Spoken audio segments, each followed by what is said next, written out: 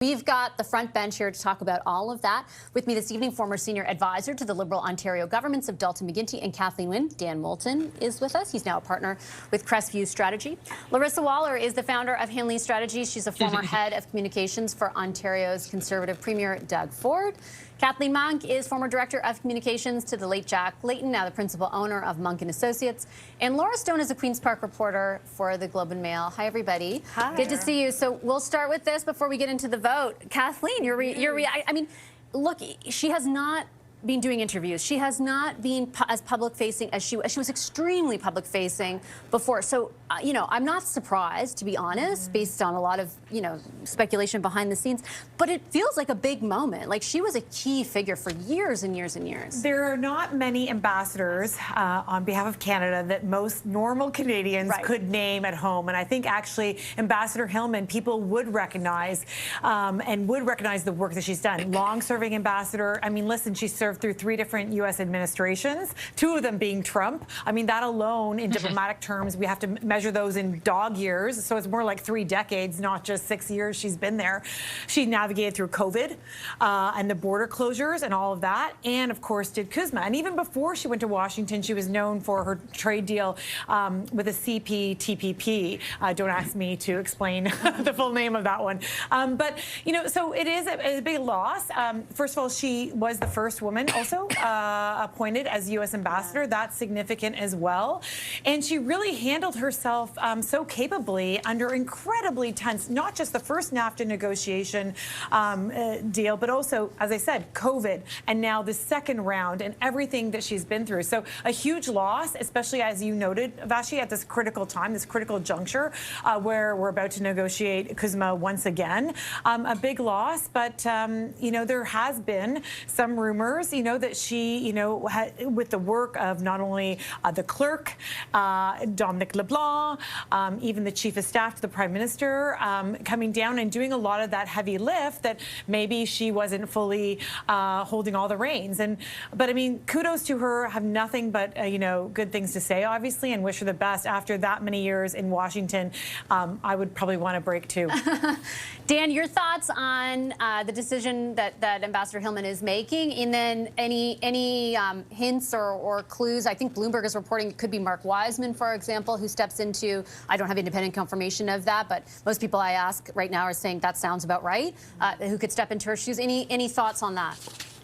Yeah, I mean, I'll start by recognizing, as Kathleen has done, the enormous achievements of Ambassador Hillman, and certainly the profile that she's built in this role. She's made an unusual transition from someone who had a career in diplomacy and in the Foreign Service, and transitioned it into you know, a figure that a lot of Canadians recognize, and has really led our mission to the United States with a lot of poise and profile, and I think has done so very successfully, to the extent that, you know, when a new prime minister took the reins earlier this year, she held on to that job. There was an interest in keeping a steady hand on our relationship in Washington, D.C., and she was chosen to continue doing that role for a lot of good reasons. As you say in the outset here, not a big surprise that she is stepping down, and been doing this role for some time, and I do think at a certain point the Prime Minister was going to look to bring in his own person for this position. Yeah, as you say, there's speculation it may be Mark Wiseman, the former head of the Canadian Pension Fund. I think that is, you know, worthy speculation. Certainly, that we'll see if that's confirmed, and if it's true. It's certainly a name that's been floated around for some time to take on a role like this, and I think would be consistent with a trend we've seen from this Prime Minister and his office, which is bringing in private sector, corporate leaders, this country that have profile and a strong reputation with the business community to take on roles like this one, to provide the kind of leadership the Prime Minister, I think, has you know, made a commitment to Canadians he intends to bring, and certainly an appointment like Mr. Wiseman would continue that. Larissa, what do you think? I agree with Kathleen and Dan for sure. I think that a shift to somebody like Mr. Weissman, would show a commitment to breaking with the Trudeau regime and looking more towards a pro-business agenda.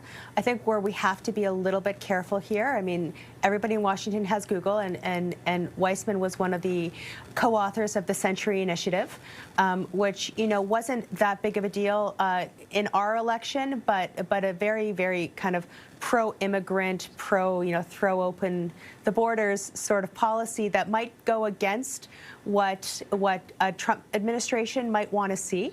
But you can't criticize his business credentials. I just also think the stakes are so high here. So if we're shuffling the chairs and we're putting people in new positions, if he doesn't deliver and if there isn't a change in tone, it'll be seen as a massive disappointment. So I wish him, if it is him, all the best. I like Dan and Kathleen, I do thank Ambassador Hillman for her many years of exemplary service, and I hope it works. Laura, last word to you on this. Again, if you're just joining us, some developing news on our watch. Kirsten Hillman, our ambassador to the United States, has announced that she will step down from that position as of the new year.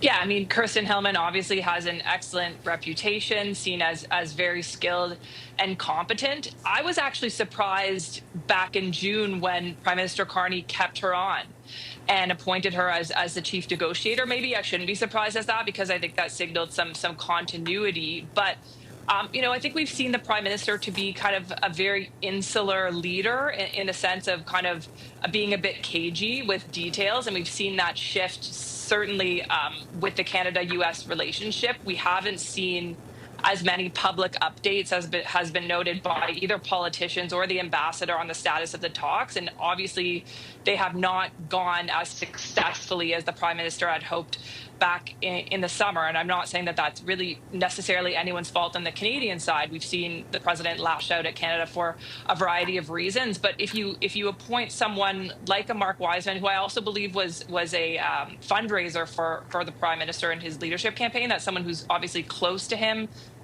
The Prime Minister has appointed him already to some sort of Canada-U.S. Council. I think that shows kind of a bit more of the walls closing in and the Prime Minister surrounding himself very much with his team and his trusted advisors. And you know, maybe it does signal a shift or the need for a restart with the U.S. as the relationship has kind of gone off the rails because of according to the U.S., the government TV ad from Ontario. They're looking for some sort of reset now in the new year. And if you bring in someone close to the Prime Minister, he's obviously got his team of preferred people that he likes to be around, people with business experience. And we'll see, you know, if that does end up being the case, if that's a successful strategy for Canada.